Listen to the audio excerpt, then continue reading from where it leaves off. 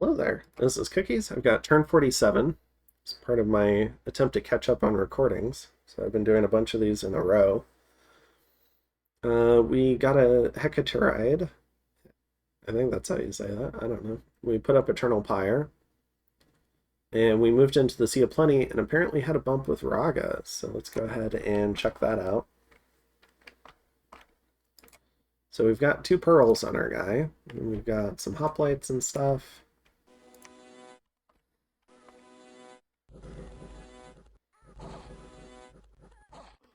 So the idea of 2 pearls is this guy can do potentially 2 fights.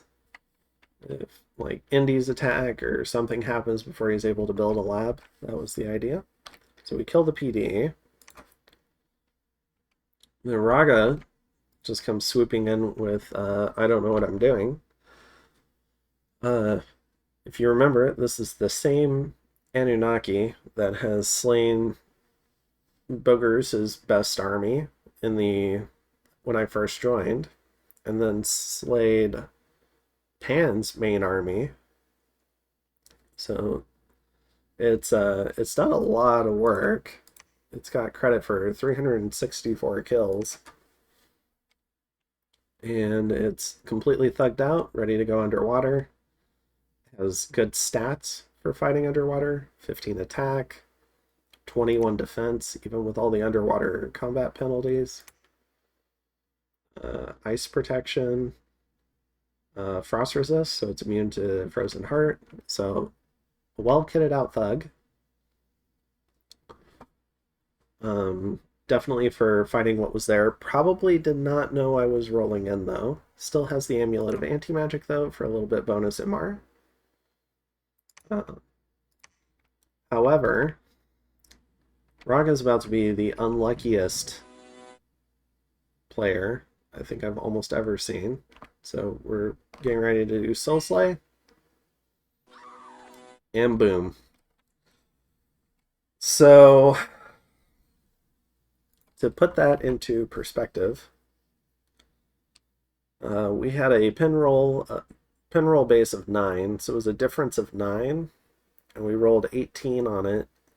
The Pretender rolled 7, so we had 27 against 25 to Soul Slay on the first attempt, a well-kitted, well-scripted Pretender God with a stupid, cheap mystic with a shambler skin leading a ragtag group of hoplites.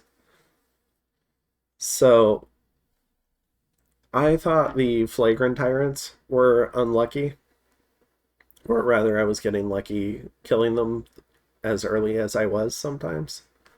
But that takes the cake. I don't think that can be beat. Just Power the Sphere, Soul Slay, win is about as efficient as you can get, aside from being Astral 3 to start with, which none of my mystics can be. So, unfortunate for Raga. I thought it was the perfect kit. Probably was not aware that I was planning to come in. It might have been planned by Pan to have us bump. But this is going to be the nail in the coffin that makes me want to attack Raga. And so I believe I think it's next turn. I think I take 1 turn to kind of keep shuffling stuff around and get some research on. But I believe next turn I'm going to approach Arco and be like, hey, do you want to split Raga and put another win-win on our diplomatic sheet? And Arco's going to end up saying yes, and theoretically we've ended our naps. This is a couple of turns in the future. We'll end our naps, and then we'll see if we can eat Raga. Now, I don't know if Arco's going to take a deal for like a fort or something like that and call it good against Raga and let me get tied down. But we'll see what happens. By the time the nap goes, which is, I think, 3-turn nap, but 4 turns because we wait a turn to send the message. So maybe that works out to like 5 turns, because it's this turn, next turn, then he gets the message. Um, he'll probably have his god back by then, I'm guessing. But I don't know. I think we need to keep expanding. Um, and this will help fill us out a little bit more. And it'll potentially string Arco out a little bit, but Arco could get some good land from it too. So I think there's a lot of opportunity here, even if we just get a few provinces, like every few provinces help. And yeah, hopefully it'll work out, but we'll have to see. Maybe Raga ends up pulling Wrathful Skies 3.0 and wipes my army, and I can join the long list of dead armies in the game chat. But yeah. Okay, I'm back. All right, so let's take a look here. So we covered that. We had a few events.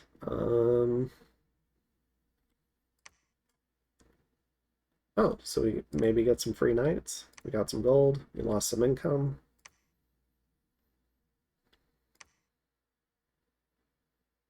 Oh, goodness. All right. Oh, it's the arena. Sorry, I spoiled it. Let's see. Let's go ahead and check out round one. We have a basic commander. Ah, lifelong protection.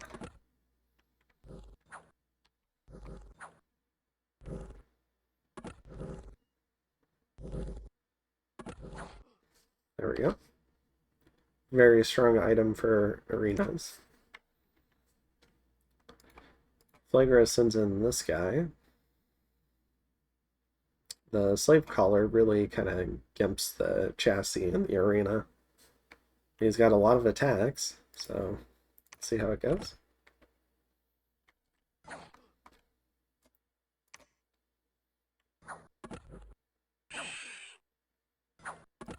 Fortunately, he's not moving, so the imps are showing up as fast as he kills them.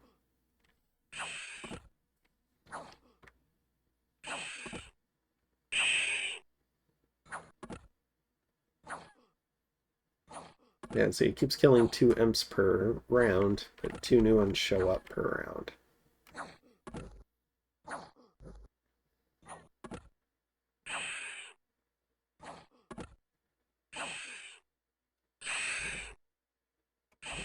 He's just never going to make progress, is he? Is he fatiguing out? Uh-oh.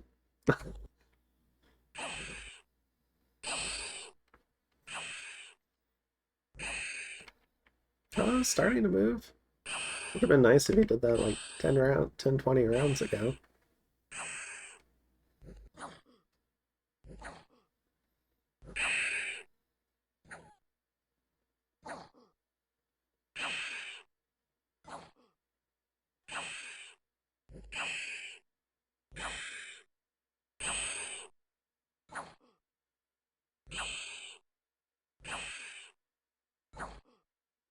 I kind of wish there was a little bit less of a gap between when a unit attacked and when it could move. It would make stuff like lifeline protections a little bit weaker. Because like, maybe they could do like a move and attack. Like if there's something nearby, attack, and then you also get to move like a square or something. So you could do a little bit of like a fighting and moving.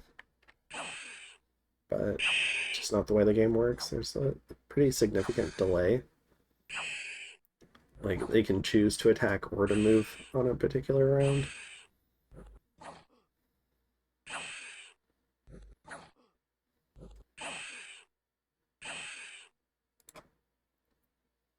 So doing all right. Okay enough on fatigue.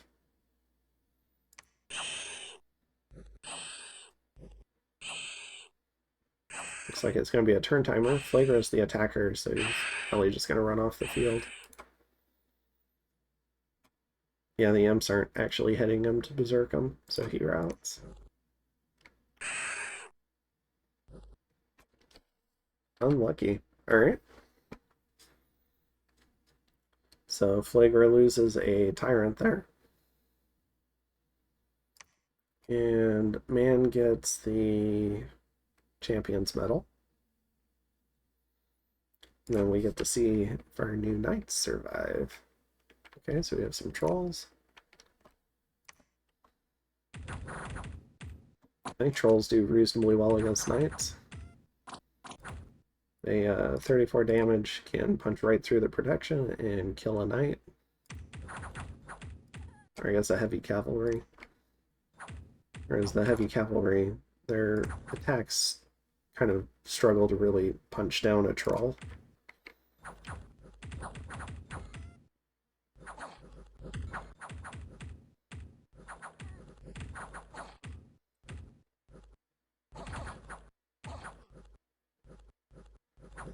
Alright, just managed to win. So we do get the Knight Commander.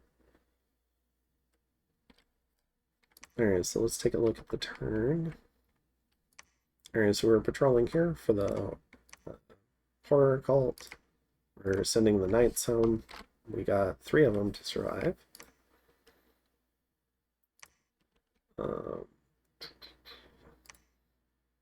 We've got a number of diseased mages that we're sending to this Hesperide.